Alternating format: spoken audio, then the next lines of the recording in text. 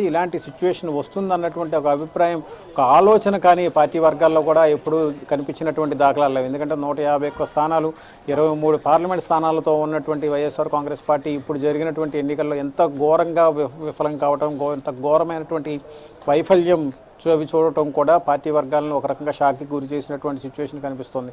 ఇందుకు ఇంత స్థాయిలో పార్టీకి సంబంధించినటువంటి ఓటమి జరిగింది అన్నటువంటి ఒక అభిప్రాయానికి ఎవరు కూడా ఒక నిర్ణయానికి రాలేనటువంటి సిచ్యువేషన్ ఏర్పడింది. ఇందుకు ప్రధానమైనటువంటి కారణాలు చూసుకుంటే కనుక సంక్షేమానికి సంబంధించినటువంటి నిధులు భారీ ఎత్తున ఇచ్చాము, ప్రతి గడప గడపకి సంక్షేమాన్ని తీసుకువెళ్ళి ఇచ్చాం కాబట్టి గెలుపు ఈజీ అవుతుంది, సునాయాసం అవుతుంది అన్నటువంటి ఒక అభిప్రాయంలో వైఎస్ఆర్ కాంగ్రెస్ పార్టీ ఈరోజు ఉదయం వరకు ఉంది. కానీ గంటల వ్యవధిలో మారినటువంటి జరిగినటువంటి ఓటింగ్ లెక్కింపు ఏదైతే ఉందో దాని ప్రభావంతో ఒక్కసారిగా వైఎస్ఆర్ కాంగ్రెస్ పార్టీకి సంబంధించినటువంటి శ్రేణుల్లో పూర్తిగా నైరాస్యం, నిస్తేజం వచ్చినటువంటి సిచ్యువేషన్ కనిపిస్తుంది. ఇందులో భాగంగానే మరి కాసేపట్లో నూతన ప్రభుత్వ ఏర్పాటుకు సంబంధించినటువంటి ప్రక్రియ కూడా ప్రారంభమయ్యేటువంటి అవకాశం ఉంది. మధ్యాహ్నం తర్వాత ముఖ్యమంత్రిగా జగన్మోహన్ రెడ్డి రాజీనామాకు సంబంధించినటువంటి లెటర్ని గవర్నర్కి ఇచ్చేటువంటి అవకాశం ఉంది. ఆ తర్వాత జరిగేటువంటి కొత్త ప్రభుత్వ ఏర్పాటుకి గవర్నర్ ఆహ్వానం పలుకుతారు. ముఖ్యమంత్రిగా ఎవరు నిలబడతారన్న దానిపైన నారా చంద్రబాబు నాయుడికి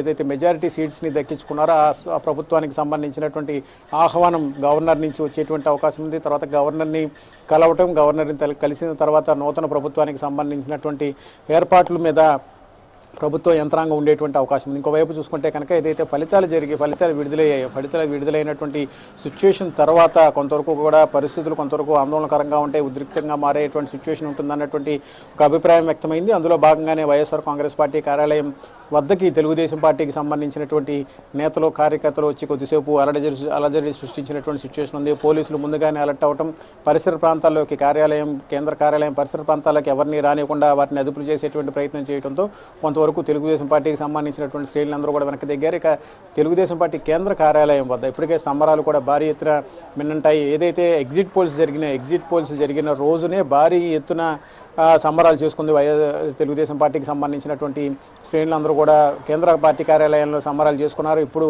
మరోసారి కేంద్ర పార్టీ కార్యాలయం వద్ద సందడి వాతావరణం కనిపిస్తుంది. మహిళలు, పార్టీకి సంబంధించినటువంటి కార్యకర్తలందరూ కూడా అత్యంత ఉత్సాహంగా ముందుకు వెళుతున్నటువంటి సిచ్యువేషన్ కనిపిస్తుంది. ఊహించని విధంగా తెలుగుదేశం పార్టీ కూడా ఊహించని స్థాయిలో, ఇంత భారీ స్థాయిలో కూటమికి సంబంధించినటువంటి మెజారిటీ సీట్లను దక్కించుకోవడం కూడా ఒక రకంగా సంచలనంగా మారింది. గతంలో 2019లో ఎలాగైతే 151 సీట్లు దక్కించుకోవడం, 23 పార్లమెంట్ సీట్లు తగ్గించుకోవడం ద్వారా వైఎస్ఆర్ కాంగ్రెస్ పార్టీ ఊహించని విజయం సాధించిందో ఇప్పుడు అంతకు మించినటువంటి పరిస్థితుల్లో కనీసం 23 సీట్లు కూడా రానటువంటి సిచ్యువేషన్లోకి వైఎస్ఆర్ కాంగ్రెస్ పార్టీకి సంబంధించినటువంటి క్యాడర్ నాయకత్వం వెళ్ళిపోయినటువంటి సిచ్యువేషన్ ఉంది. ప్రతిపక్షానికి సంబంధించినటువంటి హోదా కూడా ప్రశ్నార్థకంగా మారినటువంటి పరిస్థితి కనిపిస్తుంది.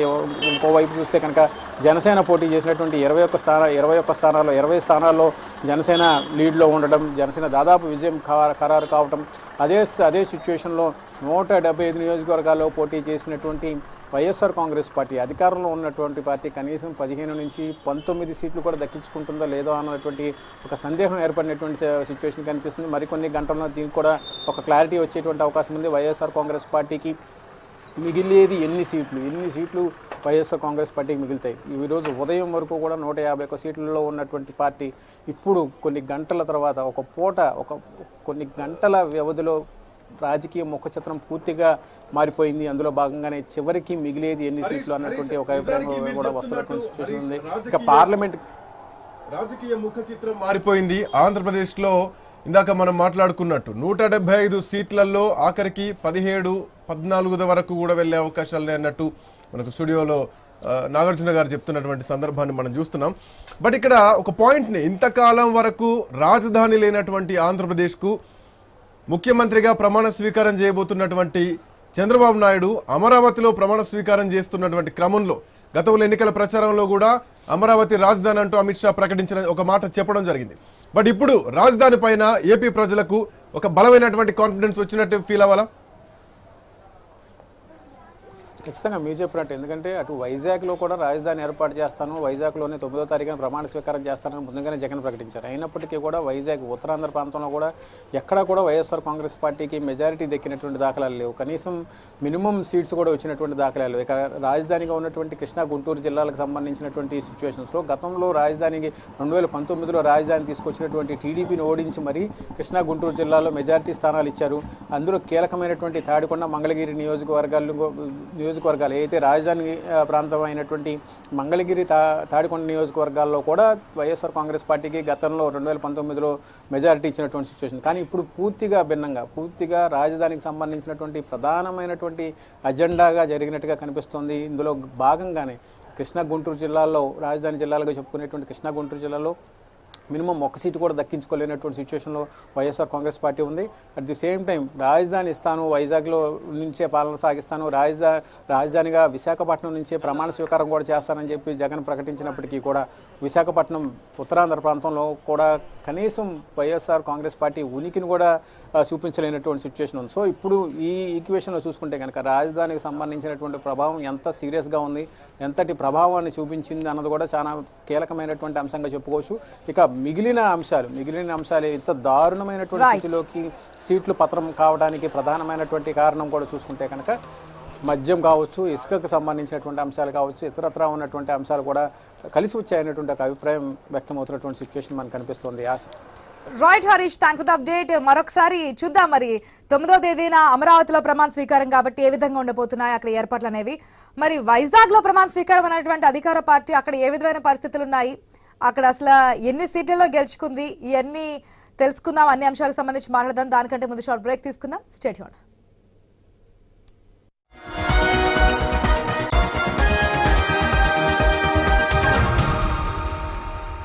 మనకి ఈ ఆరోగ్యకరమైన రుచికరమైన ఆహారం షణ్ముఖ అగ్రిటెక్ వలనే లభిస్తుంది. షణ్ముఖ అగ్రిటెక్ చేస్తుంది అద్భుతం, ప్రతి పంట అవుతుంది మహాద్భుతం.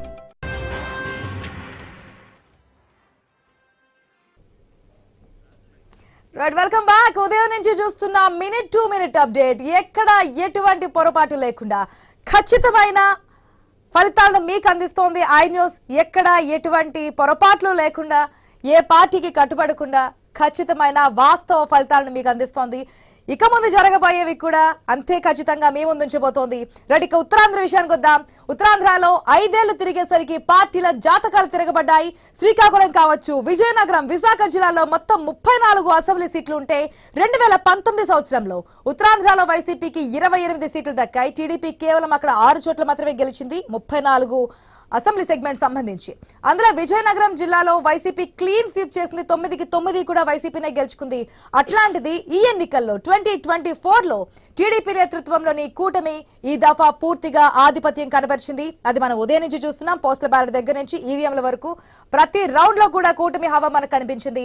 10 నియోజకవర్గాలున్న శ్రీకాకుళం జిల్లాలో కూడా వైసీపీకి చోటు దక్కలేదు. వైసీపీకి సంబంధించి అక్కడ ఖాతా కూడా తెరవలేదు. అక్కడ కూడా కూటమి క్లీన్ స్వీప్ చేసినటువంటి పరిస్థితి. టీడీపీ 8, బీజేపీ 1, జనసేన చెరో సీటు గెలుచుకున్నాయి. అక్కడ 10 స్థానాలని కూటమికి సంబంధించి గెలుచుకోవడం జరిగింది. సో అటు విజయనగరం జిల్లాలో 9 అసెంబ్లీ సీట్లుంటే టీడీపీ 8, జనసేన 1. సో అక్కడ కూడా అధికార పార్టీ, ప్రజెంట్ ఉన్నటువంటి అధికార పార్టీ వైసీపీ ఎక్కడ ఖాతా తెరవనటువంటి పరిస్థితి. విజయనగరం జిల్లాలోనూ వైసీపీకి 0నే కనిపిస్తోంది. అటు విశాఖ జిల్లాలో మొత్తం 15 స్థానాలుంటే అందులో టీడీపీ 9, జనసేన 3, బీజేపీ 1 చోట ఆధిక్యంలో ఉన్నటువంటి పరిస్థితి. 2 చోట్ల వైసీపీ స్వల్ప ఆధిక్యంలో కనిపిస్తోంది. మెజారిటీ దిశగా వెళ్తుంది. మరి ఏమవుతుందని చూద్దాం. ఈ 2 కూడా కౌంటింగ్ పూర్తయ్యేసరికి టీడీపీ పుంజుకోవచ్చనేది కూటమి నేతల వాదన. అదే జరిగితే కనుక ఉత్తరాంధ్ర నుంచి వైసీపీ పూర్తిగా వాషౌట్ అయినట్లే అనుకోవచ్చు. ఉత్తరాంధ్రలో 34కి 34 సీట్లు కూటమి ఖాతాలో పడినట్టే మనం చూడొచ్చు. మరి వైజాగ్ సంబంధించి ప్రజెంట్ సిచ్యువేషన్ ఏ విధంగా ఉంది?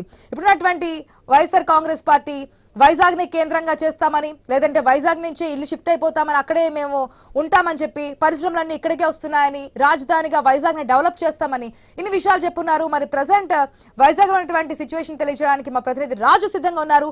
రైట్ రాజు, ఏ విధంగా చూడొచ్చు? ఒక పక్క తెలుగు తమ్ముళ్ళ హవా, సంబరాలు ఇవన్నీ చూస్తూ ఉన్నాం. వైజాగ్ లో వైఎస్ఆర్సీపీ పార్టీ ఏర్పాట్లు చేసుకుంది. ఆడి గ్రౌండ్ కూడా బుక్ చేసుకున్నారు. 9వ తేదీన ప్రమాణ స్వీకారం అన్నారు. ఇక్కడ చూస్తే ఖాతా కూడా తెరినటువంటి పరిస్థితి. గతంతో పోల్చుకుంటే ఈసారి ఏ విధంగా ఉంటుందో అనే డైలమా కనిపిస్తోంది. సో ఏంటి డీటెయిల్స్ ఏ విధంగా ఉన్నాయి? ఏదైతే ఈ రోజు ఉదయం నుంచి మొదలైనటువంటి కౌంటింగ్ ప్రక్రియ కూడా ఈ ప్రక్రియ మొదటి నుంచి కూడా పూర్తిగా కూటమిపై హవా కొనసాగిస్తుంది. ఆ ప్రతి క్షణంలో కూడా ప్రతి రౌండ్ లో కూడా టీడీపీ, జనసేన, బీజేపీ కూటమి